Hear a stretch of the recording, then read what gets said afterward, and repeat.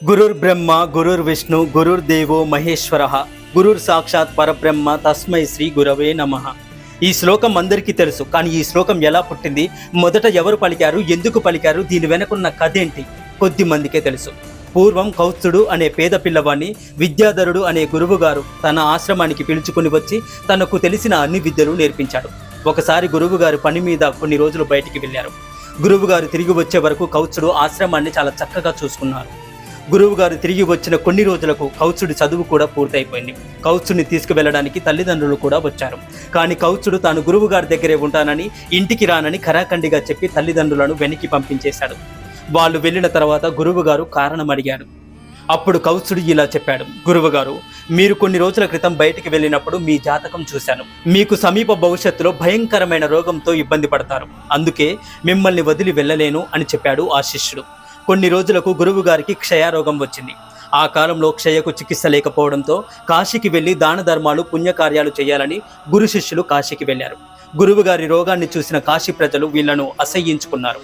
కానీ కౌత్సుడు గురువుగారికి సేవలు చేస్తూనే ఉన్నాడు. ఎంతో మంది గురువుగారిని వదిలి వెళ్ళమని సలహా ఇచ్చినప్పటికీ కౌత్సుడు మాత్రం గురువుగారిని వదిలి వెళ్ళలేదు. కౌత్సుడి యొక్క గురుభక్తికి మెచ్చిన త్రిమూర్తులు అతన్ని పరీక్షించాలనుకున్నారు. మొదట బ్రహ్మదేవుడు మారువేషంలో వెళ్ళి నీ గురువుగారిని వదిలేయమని సలహా ఇచ్చాడు. కౌత్సుడు బ్రహ్మదేవుడి మాటలను కూడా వినలేదు. మరలా శ్రీ మహావిష్ణువు మారువేషంలో వెళ్ళి నీ గురువుగారిని వదిలే అని సలహా ఇచ్చారు. అప్పుడు కౌత్సుడు శ్రీ మహావిష్ణువు మాటలను కూడా వినలేదు. చివరికి పరమేశ్వరుడు వచ్చినా ఆ పరమేశ్వరుడు యొక్క మాటలను వినలేదు కౌత్సుడు. గురుభక్తికి మెచ్చిన ఆ పరమేశ్వరుడు ఏదైనా సహాయం కావాలా అని అడిగాడు. మరెవరు గురువు గారిని వదిలేయమనే ఉచిత సలహాలు ఇవ్వడానికి రాకుండా కాపలా కాయమన్నాడు.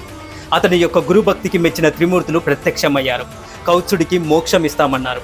అప్పుడు కౌత్సుడు వారితో, నాకు మీ గురించి చెప్పి ఈరోజు మీరు ప్రత్యక్షం కావడానికి కారణమైన నా గురువే నాకు బ్రహ్మ, నా గురువే నాకు విష్ణువు, నా గురువే నాకు మహేశ్వరుడు. మీరు సాక్షాత్కారం అవడానికి కారణమైన నా గురువే పరబ్రహ్మ అని అర్థం వచ్చేలా ఇలా శ్లోకాన్ని చెప్పారు.